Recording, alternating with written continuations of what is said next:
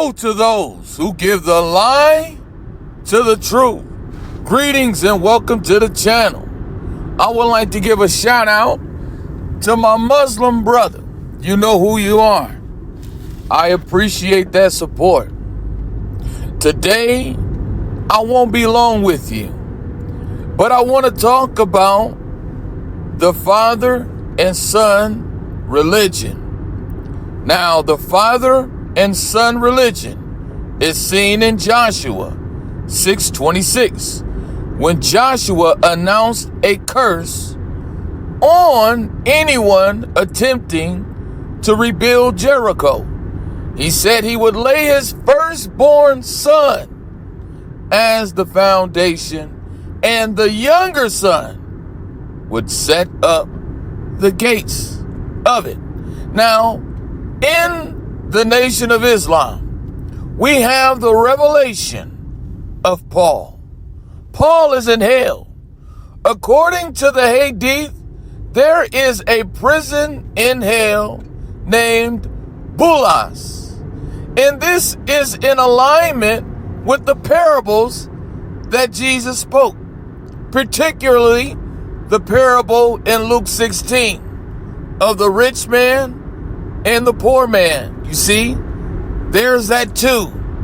Remember Jeroboam? He made 2 golden calves. There you have it again.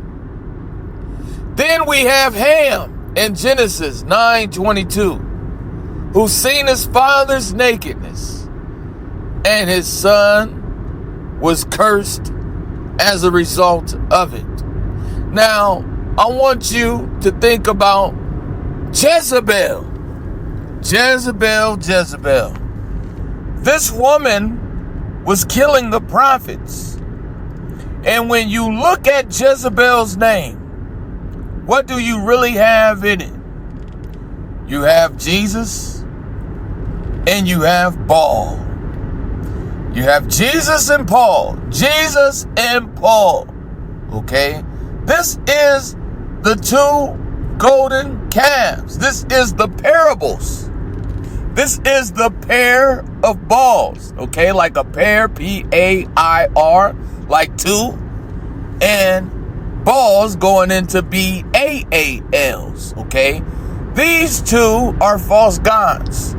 Jesus is no God. The prophet, peace be upon him, gave us that revelation, that he is nothing more than a messenger. And we know that Paul is no God. You see, Jesus said, call no man your father. He said, all of you are brethren. But Paul took it upon himself to be the father of the Christian church. He called Titus his son. He called Timothy his son. He called Onesimus his son. Now, for those of us who have really studied, and nowadays, the Bible scholars are really no scholars. PhD stands for post-hole digger. They're wasting a bunch of time. A lot of them have no real revelation. And they have failed. They have failed the people. And they have not gave us the truth. Okay? And all of the parables Jesus was speaking, he was speaking about a pair. He tells us, he that honors me must honor me like he honors my Father. He that have seen me have seen the Father. I and my Father is one. Okay, and the most famous, before Abraham was I am, is all going back to the false Abraham. Okay, and that is Paul. This is the reason why in Luke 16, you have the real Abraham, and then you have the false Abraham burning in hell.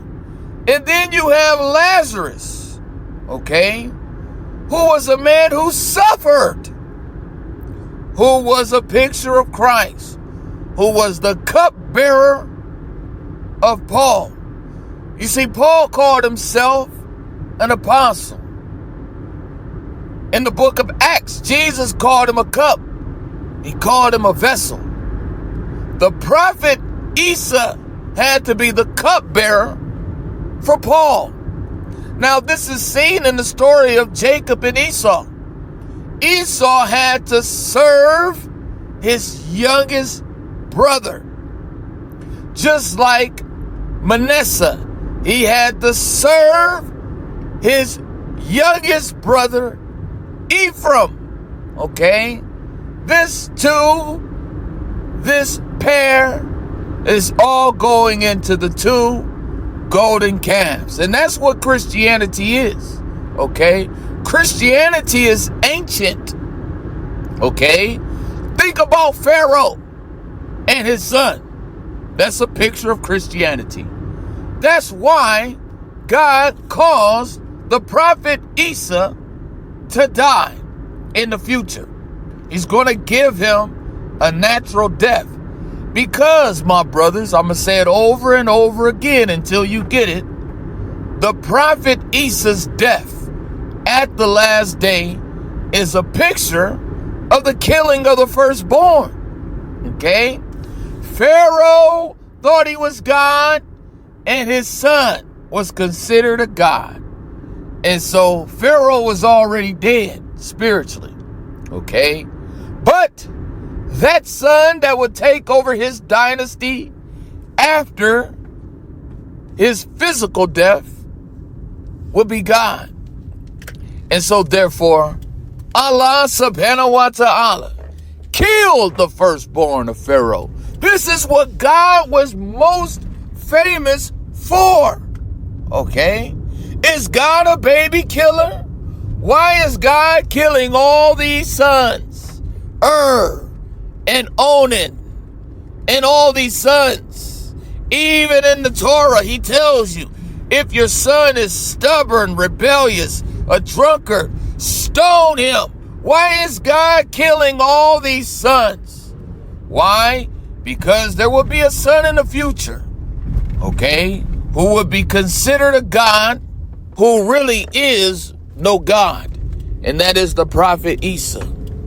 Allah will cause him to die in the future. And in the Quran, we have the truth. In the Quran, we have this revelation. I would not be able to make sense of the parables if it wasn't for the Quran. And I have a greater respect for the Bible because a lot of people, they disregard the Bible. But there's a lot of things in the Hebrew scriptures, in the Old Testament, that I would encourage you to go back and look through. There's so many stories that is in agreement with the Quran. Okay? Now, I'm not going to take much of your time today.